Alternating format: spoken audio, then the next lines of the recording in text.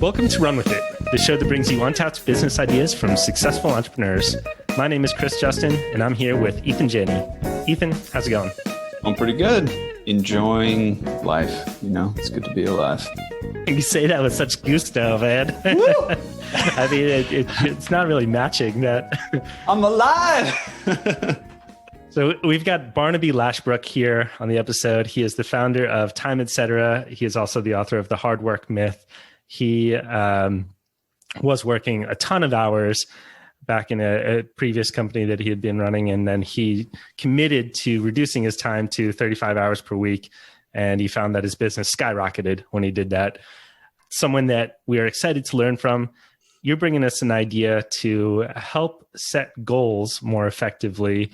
This is something that I'm going to press you on because it seems like these are ubiquitous goal-setting apps, and everyone has advice on how to do it. So we'll get into all of that. But first off, tell us how you came up with this idea. Well, I've had a sort of life mission to help people achieve more for quite a few years. I wrote myself a note probably 5 years ago that was like, my mission is to help people achieve more. And it's kind of what I do in my day job with my business, Time, etc. But, you know, something has bothered me over the years helping people to achieve more, which is that a lot of people set goals, but not a lot of people hit them. I mean, I've had experience with 22,000 clients of Time, etc., and watched many of those often time-poor entrepreneurs struggle to hit the goals that they set. But I'm also talking about like friends of mine, peers, myself. It's quite easy to set a goal, but not so easy to hit it. And it was kind of bothering me. I then sort of looked up science behind this, so there's stats behind it, and I find that 92% of people don't hit the goals that they set. So it's quite a big problem, you could say. You know, that's quite significant. But then if you Google how to hit goals, there are only really a few things that come up time and time again for what you should do to hit a goal.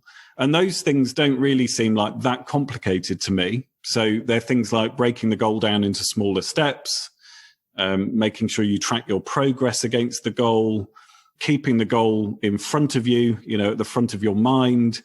And then a big one is building accountability for yourself around that goal. So making sure you hold yourself accountable. And what I've seen is that people don't consistently do those four things.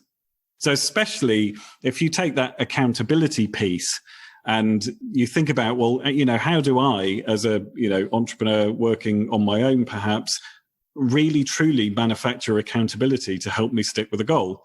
Well, you know, it's pretty hard to do because unless you're, say, an entrepreneur who's raised investment capital and you've got a whole bunch of investors breathing down your neck, they're going to hold you pretty accountable. But if you're not in that position, you know, what are you going to do? Ask your partner, you know, go and ask your friends.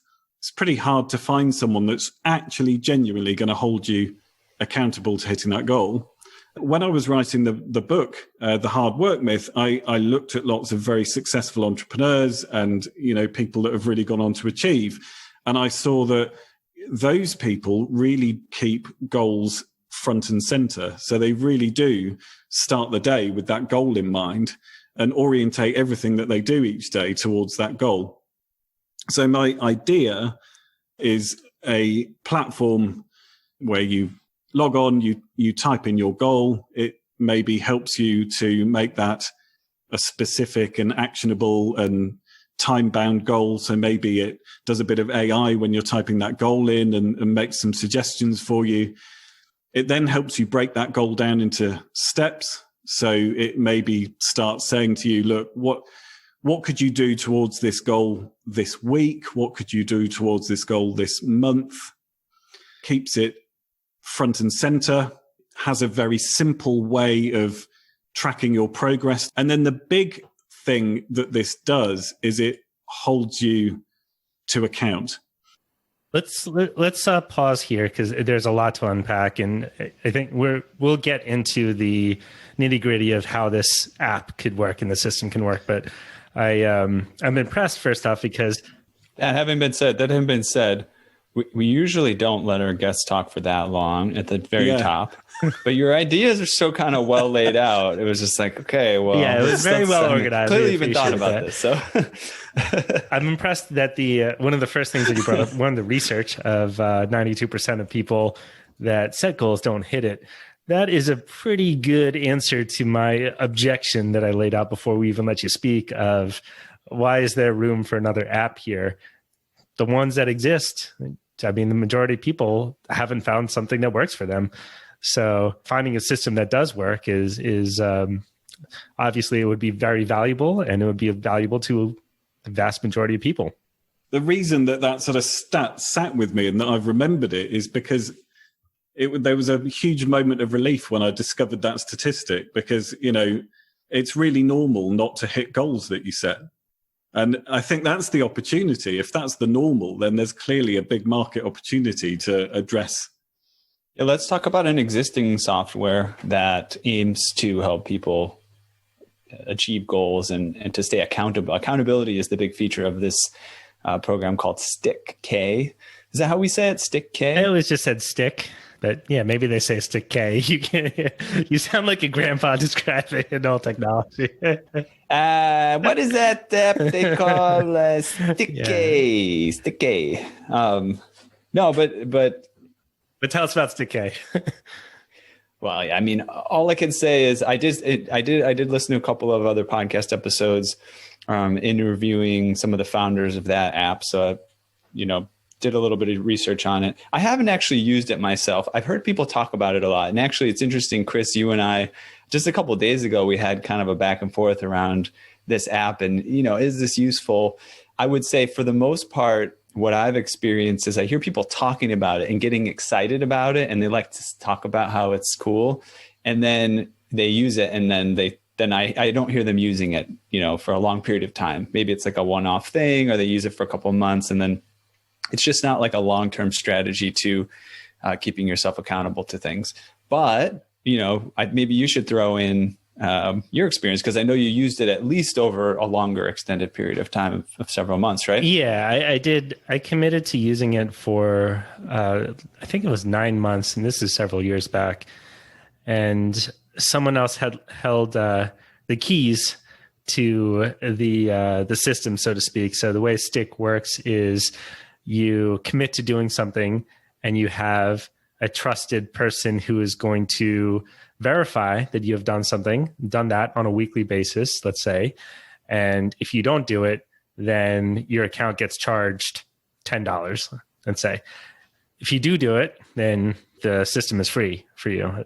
At least it was at that time. It was incredibly motivating to accomplish that. I think I very rarely, if ever, missed when doing it. But I think the challenge, and I think this is true for goal setting apps in general, is the meta habit, right? The using of that tool in itself. At some point, you say to yourself, a lot of people do, I don't really feel like doing this. And I don't want to use the tool that I have to track my habits. I've gone through plenty of them. I have one I'm using right now is called Streaks on my phone. And I just I feel bad about looking at all these things I should be doing. Like, I'll just read you some of them that I have here. Less than one finance check per day. No news during work. Note distracting tasks rather than pursuing them. Some of these I have done, but some of them I read for 30 minutes. I haven't done that. I just feel like crap about it. So I don't use the app at all. Yeah. One of the things that I think comes up with a lot of this goal setting stuff is you get into this area of increasing stress level and increasing self-criticism. And even in some of the interviews that I heard with the founder of StickK, he talked about it with someone in the context of like a medical setting, people who need to lose weight or quit smoking, get on some healthy habit. And he did keep using this phrase, you need to meet people where they're at, and I think that was interesting, right? Like he said, you provide some accountability, maybe that their friends and family don't know about for a little while. And it's just within the app. And then maybe as they kind of get a little bit more comfortable, then you start allowing them to share their goals with friends and family so that they can, have that support, and maybe they're feeling a little bit more open about it. As someone who coaches people, I have to say, and from my own experience, there is a sort of magical and not so magical, I guess, threshold where there's a certain personality type that's very self-critical, and they actually thrive on that for a certain portion of their life. Maybe their parents told them when they were a kid that 95% wasn't good enough and they could only get 100s, and they had that inner voice that's always telling them, you got to achieve. At some point it breaks down because, the achievement of the goal, if it's just based on the threat of a punishment or something like that, there's a threat to lose momentum. So anyways, I think that's a little bit meta to our discussion about like, how are we going to engineer the app? But it's maybe important to consider in terms of how it can be marketed and I guess really used consistently. I think there is a sort of really important point wrapped up in all of that, which is that, it's got to make people feel good about themselves. That fuels the repeat usage. Well, so I think that some habit-based apps seem to me to be designed not to make me feel good about myself if I'm not the kind of person that, can be very strict with what I do every day, for example, which, Chris, I think is what you were saying about what the app that you're using. It's designed for a certain personality type. And, certainly I would feel the same way about that app, which is that I'd start feeling bad about myself because I hadn't had the discipline to read or, do the other things on there. But if an app, could hold you to account, break your goal down into really small steps that feel very non-threatening and could show you the progress you were making through those millions of small steps and then encourage you, it could potentially become really attractive as a habit-forming app because it's releasing dopamine, it's getting you into a place where you feel really good about yourself. And that's going to be the draw to come back to it rather than the thing these other habit apps might be fighting, which is you don't feel good when you open the app and look at it, which is a really bad thing for an app design to have, right? Yeah, I think that's a really insightful way of taking this on.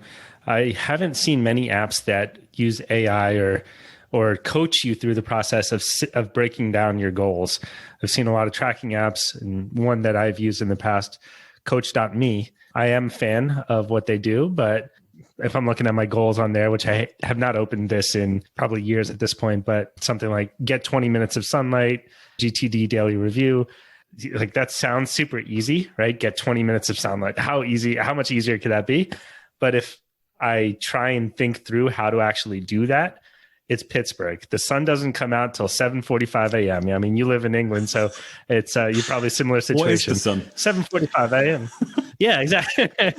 Exactly. So I'm neck deep in work at that point, and I have to try and prioritize and remember to go back to this app to do things. And yeah, it's just it's easier to not do it as opposed to if there was some AI that said, okay, when are you going to do that? And then I'd have to think through and like, okay, it's winter, but I do have some time before lunch. So get 20 minutes of sunlight from 11:40 till noon today. Let's get into kind of monetization or getting started a little bit. Now, this is a lot broader market, but this is a statistic I found. Productivity management software market size should be worth $102 billion by 2027, according to Grandview Research Incorporated. Going back to the StickK software, let's like tell the story of that, how that got started, and think about maybe how that influences how we got started.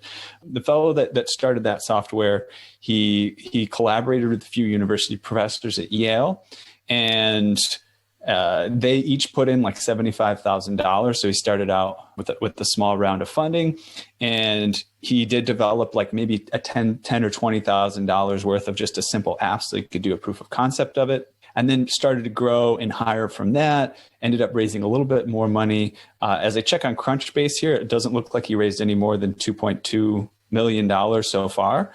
And that was back in 2009, which is interesting. I kind of get the sense, I don't know, that this is not a growing company necessarily. I feel like it kind of stabilized and stagnated in some degree. Interesting things along the way.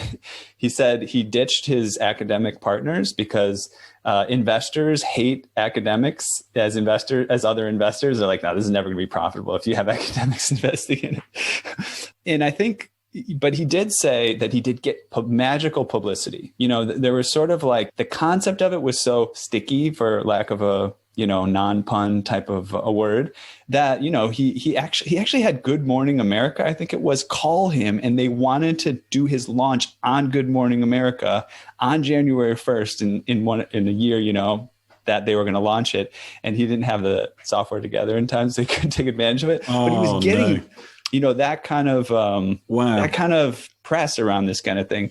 And that's what that is part of what the Yale University professors were good for, was credibility. You know, so they had people not spending for the company, I don't think, but they would put up to $250 on the line, right, using their app. For those who don't know, StickK is like you put some money down, and if you don't achieve your goal, it gets taken to some charity that you hate or something.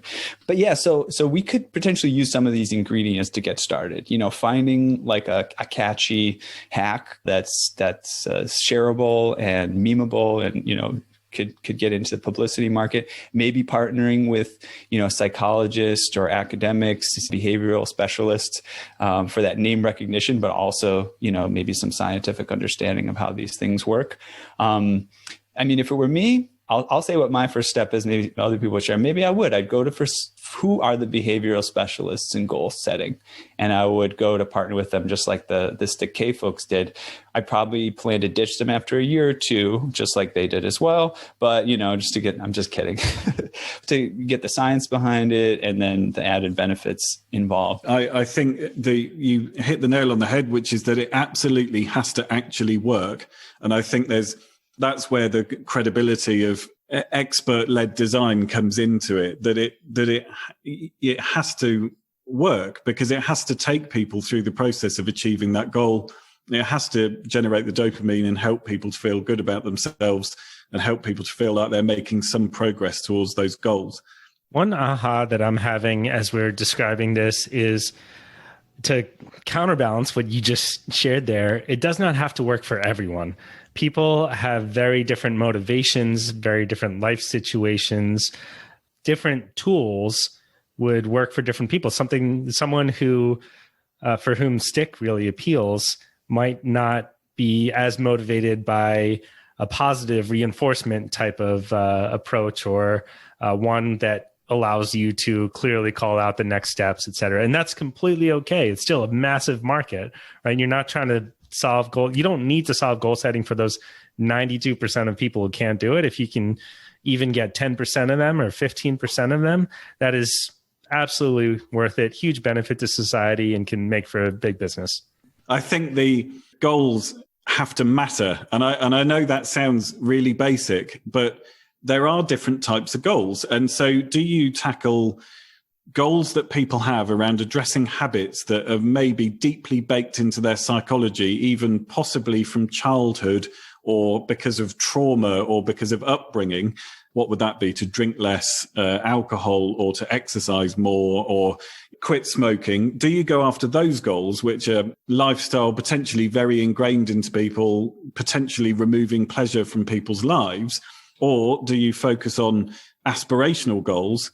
My market is the entrepreneur market. And so I understand that really well, that as an entrepreneur, I want to be able to set a goal, say, for growth of my business this year, and break that down and, you know, make positive small steps every day towards that goal. And that's probably more the goal I have in mind when I think about this, this app versus the sort of tackling the habitual goals.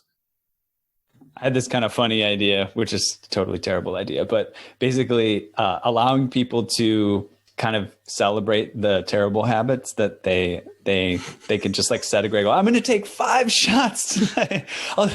I'll take a shot every time he says tomato, like whatever. Like, oh, I did it. It's an accomplishment. You know, just have some fun with people making fun of themselves. But you know, seriously, I think that one thing that, as you mentioned in some of the stuff you sent to us before we started, is the corporate market. And that's really interesting as well. In listening to the story of the StickK, continue to use this example, it seemed like at the time of the episode I was listening to, he was, how can we get into corporations? How can we do that? And there's some benefits there. Number one, because there's sometimes more money flowing.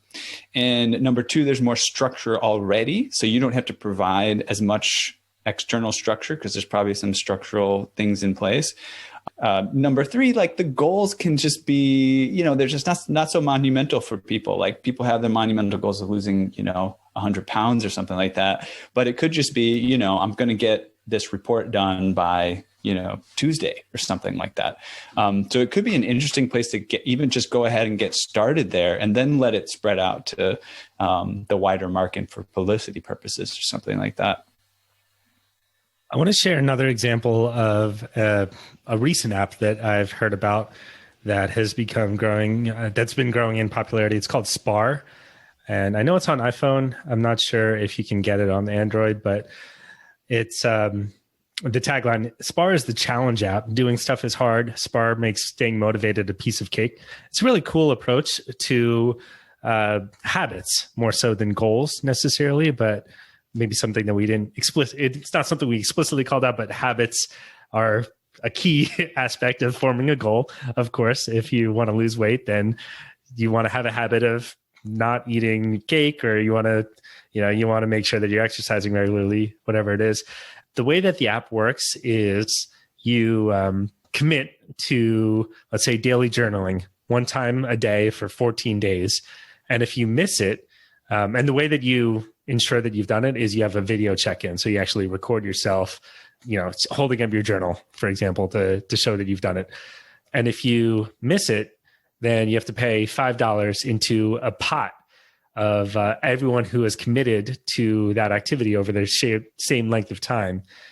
At the end of the time, the person who has missed fewest, and if it's a tie, it's the people, that pot gets distributed among all of them. So you have this financial incentive where that's very motivating.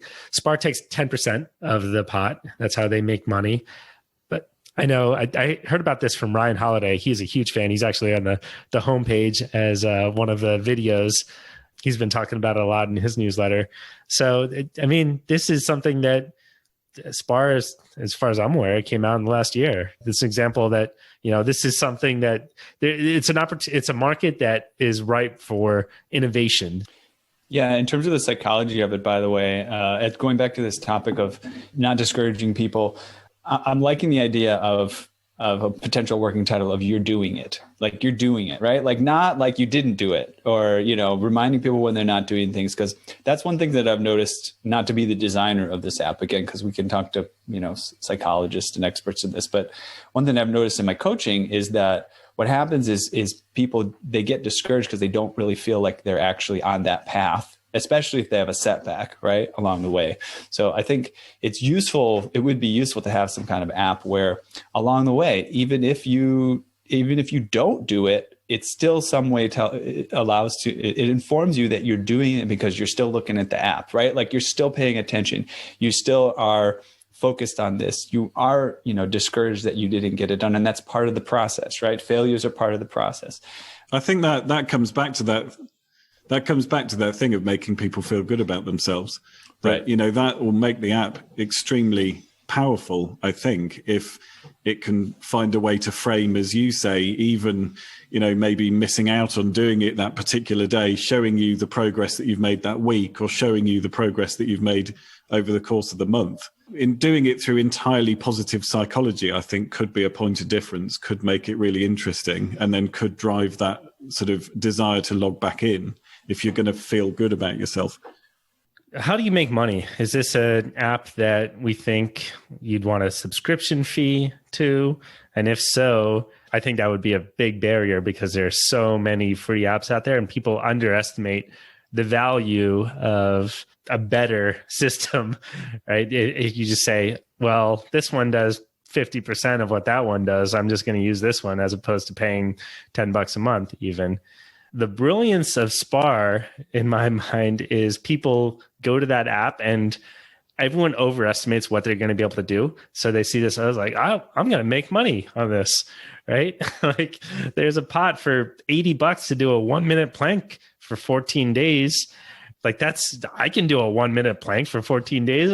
Like pay me out. I'll take $80 for doing 1-minute planks. Sure. So there's something brilliant in the way that that's set up. Right. How could we make it motivating for people to give us money? Well, in terms of monetization, I feel like I come back to this idea that it's about chasing the goals that are meaningful or have significant impact for people. So I think you can charge subscriptions, you can monetize when you're helping people to achieve really significant goals. So if it's a sales team achieving a sales goal, I think people will pay for that if it delivers. As an entrepreneur, if there was something that could glue me onto my goals and keep me focused on those every day and genuinely help me every day do one small thing towards my business growth goals, it's worth money to me. And perhaps, if it was a significant healthcare goal, so if it was targeting someone that's on the edge of diabetes, for example, and driving them away from a sort of more serious healthcare outcome, then maybe there's significant value in that. So I feel like how you monetize it is, in my view, to monetize it, you move away from things like, can you do 10 press-ups every day for a week? And you move it towards significant goals. So I think it could be cool to start with sales teams. I think that's not a bad place to start. And it kind of gets us away from this sort of mass market appeal that we might have thought would be appealing at first. And you could even aim for sales teams that tend to have certain revenue goals, right? Like I'm going to work on providing this app for sales teams that have revenue goals above $50,000 a month or something, right? And then that way, if I charge some money for this app, they'll have the budget to pay for it, right? And if they make money from the whole process, then it's a no-brainer. They made some money, and so they can put it back into something like this. Interesting place to start. I want to share a couple of stories, one new, one old, about ways that people have hacked together their own systems for achieving what they're looking for. One is, it's made the rounds, blogger Manish Sethi. He is the brother of Ramit Sethi. He paid a woman $8 per hour to slap him in the face every time he got off task.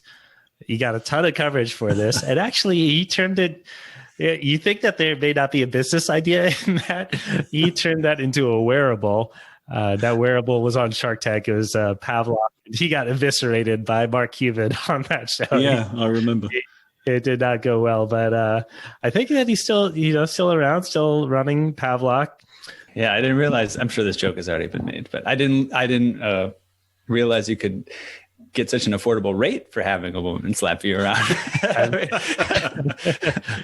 There's a still shot here from mid slap. He's bracing for it on the New York Daily News. So she looks like she is taking great pleasure in slapping him in the face. I think that's part of the compensation. The other one that comes to mind for me whenever you're talking about habit change is Odysseus.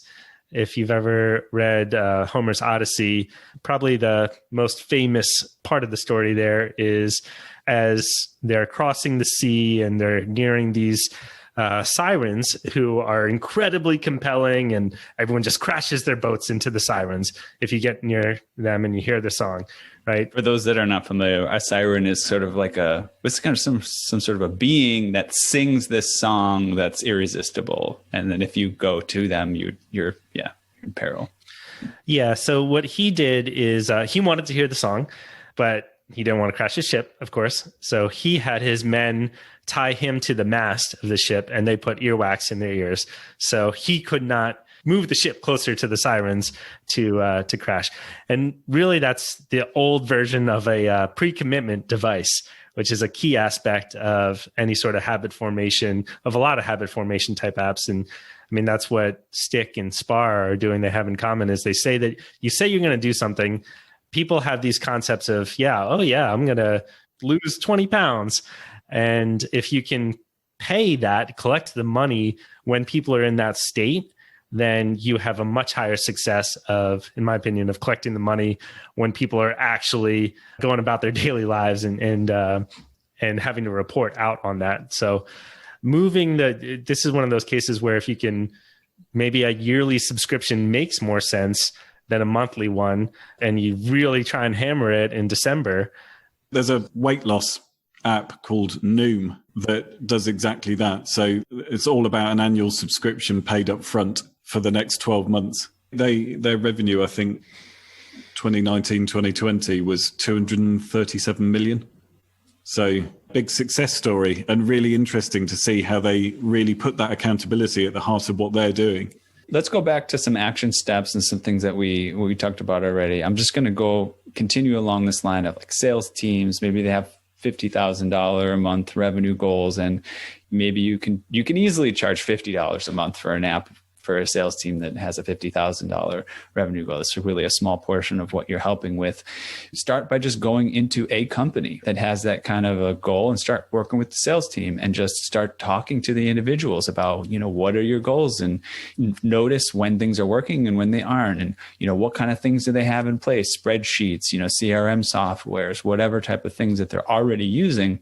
And then maybe after spending a week, a month or two with them, documenting how they do things and noticing when things work and when things don't, then you start to incorporate things in an app. Then you start to give them the app and they start to test it and give you feedback, and you iterate from there. By the 6th month, maybe you have 4 more clients that are similar on board testing the app. And I could see that within a year, you could have something pretty cool that would maybe even integrate with some existing CRMs or lead management softwares. I think the great thing about doing the way you suggest is you build your case studies while you develop the product. You end up right from the start with those invaluable case studies showing where the performance increases happened in real life examples. And I think sometimes when you're launching something new, those are the hardest things to get, because you kind of have to break the door down and persuade people, but to develop it in partnership with the sales team. I can see that being a really appealing thing for the sales team as well. I think that's a good place to wrap for us here. To the listener who is in love with this idea, you're all about habits and goals. Let us know what you think. What are we right on? What are we wrong on? Email us at update@runwithit.fm. We'd also really appreciate a review on Apple Podcasts. That's super helpful in getting more people to find out about us and subscribe to us. Barnaby, where can people go to learn more about you and what you're working on? So my business is called Time Etc., and that's at timeetc.com. And that's a virtual assistant service that connects entrepreneurs with executive assistants on subscription, so without all the hassle of hiring people. And then there's hardworkmyth.com, which is the website for my book. And you can grab a copy of the book in PDF form on there for next to nothing. And by the way, we didn't mention this during the episode, but I've been using Time Etc. for a year or two already, and I've been having good results. I feel like it's the price point is a little bit higher than your sort of traditional VA in the Philippines or something like that. But that's what I found is it was a lot more worth it to pay for somebody that's going to do a better job, have a higher level of commitment. So thank you very much for creating this option. Great. Barnaby, thank you very much. It's been a pleasure chatting with you. Looking forward to catching up again later on.